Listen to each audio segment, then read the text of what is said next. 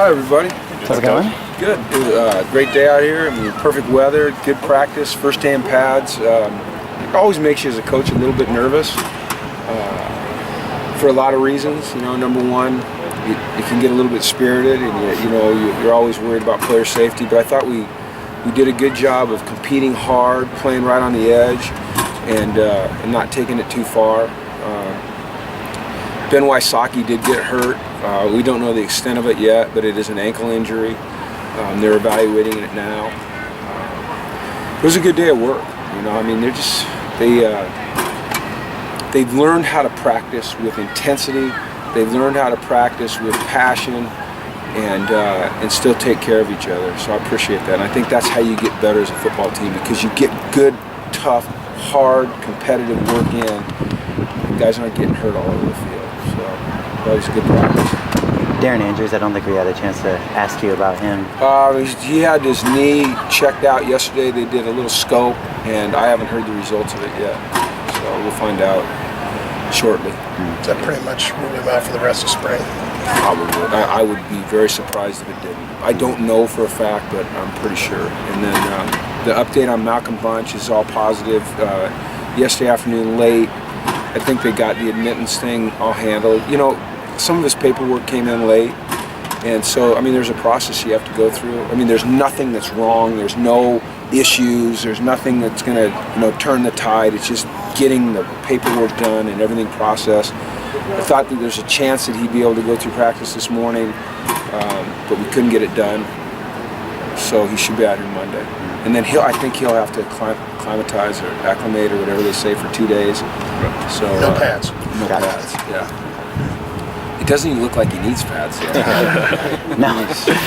Really impressed so far with the way our offensive line is performing. You know, in particular, Caleb and Powasi. Those guys have stood out to me. Caleb, just a grown man, looks great. Powasi, his athleticism shows. You know, he's put on a lot of good weight.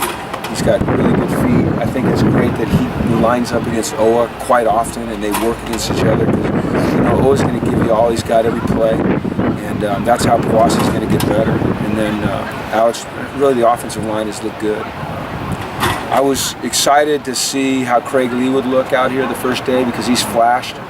The first day of pads, he's flashed the first 2 days without pads, and he didn't look like anything different than he's looked the first 2 days. I mean, he stood out to me. Mossy Johnson stood out to me again. I don't know if you guys agree with that or not, but because you probably see more of the entire practice than I do, but without looking at the film, he stood out to me.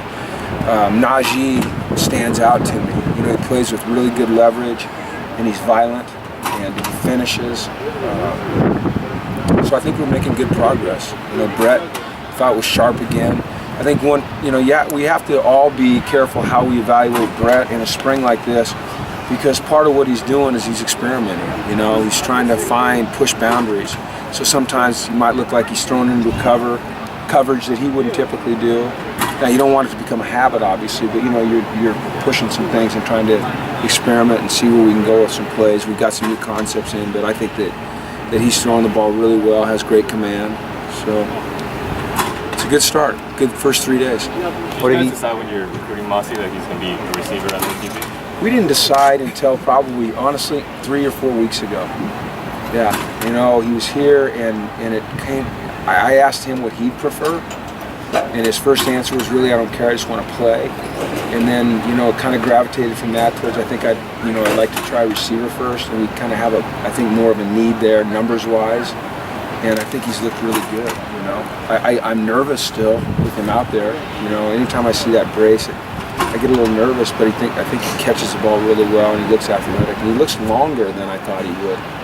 Do you go back in that kind of situation? Do you go back and actually watch his high school tape and maybe make the decision where you want to start him? We didn't. I mean, I think you could. It was just more what he wanted and necessity, and it looks to be the right decision. Just off of 3 days. I mean, he looks really athletic as a receiver. I don't know if you guys see that as well, but from what I've seen, and I'm not saying he's perfect or he's always running the right route, but when the ball comes to him, he's able to maneuver his body. And he made a really nice catch down here a couple days ago.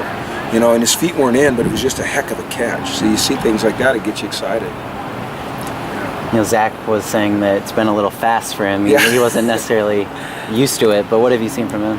It was interesting. Zach came out the first in, really caught everybody's eye because of his athleticism. And then Thursday, Zach didn't feel like he'd gotten enough work in on Tuesday, so he came out here and worked on his own. I found this out after practice for an hour and a half.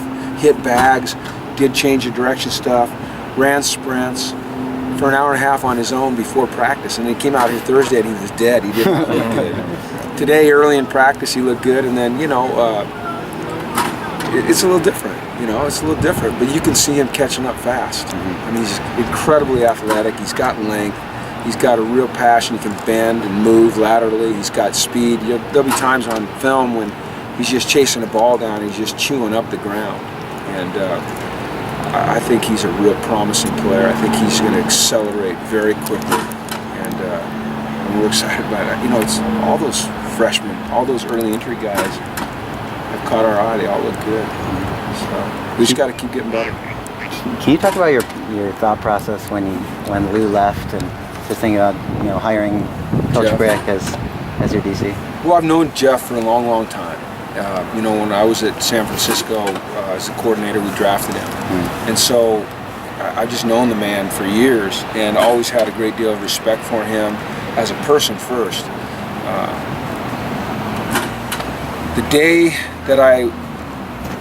The day before I got fired in Seattle was, I think he retired, and I was trying to hire him. And then I got fired, and fortunately Pete kept him on. And you could just tell that he was going to be a great coach. And then he was able to demonstrate it. As a player, you could tell he's going to be a great coach. And you could just, he got a couple of years with Pete. And then having been around him for the last 2 years and watching him coach up close and personal, just made perfect sense that he'd be the guy. I mean, he coaches the way he played the game. He was detail-oriented, tremendous passion, great competitor. All of those things. Really great communicator as a middle linebacker. Everything ran through him. He was a guy that understood every position on the defense. When we would communicate during a game, he would understand what I was saying. The concepts made sense, whether it applied to his position, the front, or the secondary. And then, I've gotten the chance to sit in there for 2 years and watch him talk to the whole team as a special teams coordinator. And so it just seemed very natural. We have very similar philosophies with regards to scheme, with regards to technique, with regards to effort, with regards to trying to put players in the right position, all of those things. And, he's fun to watch coach. And these players really respond to him. I think it'll be exciting to see where this thing goes on defense. Seems like he definitely brings some energy, just running up and down. Looks like he'd be just sweating by the end of practice. Well, I think he takes it as a challenge, and then I think he likes to get a workout in. I think part of it is he's just got great energy, but somewhere deep in there, he's one of those guys that he sees everything as a chance to work out. So okay, if I can run from drill to drill, that's like a 40-yard dash. Yeah, that's a good workout. He's kind of like that. He's goofy. He's crazy. He's a nut. I love him. It seems like he climbed up the ladder pretty fast too. Is that just product of the situation he was in, or is that something that reflects just on what you saw in him as a player, that he was just a natural-born coach like that? Well, here's what I think a great reflection of Jeff is the fact that in today's NFL, how often do you see a player stay with one team for his entire career, 10 years? And he stayed with San Francisco for 10 years. And we're not talking about the most talented player. I mean, certainly he had talent, but he wasn't the most talented. He did it with work ethic, with a commitment, with knowledge. It just, dissecting every part of the defense, every part of the offense. And so, yeah, it looks like he's ascended quickly, but really, since he started playing the game, he's been aiming at coaching. So he didn't just play the game to play the game. I mean, he didn't just go to meetings to learn his position. I mean, he went to meetings when he was playing to learn football.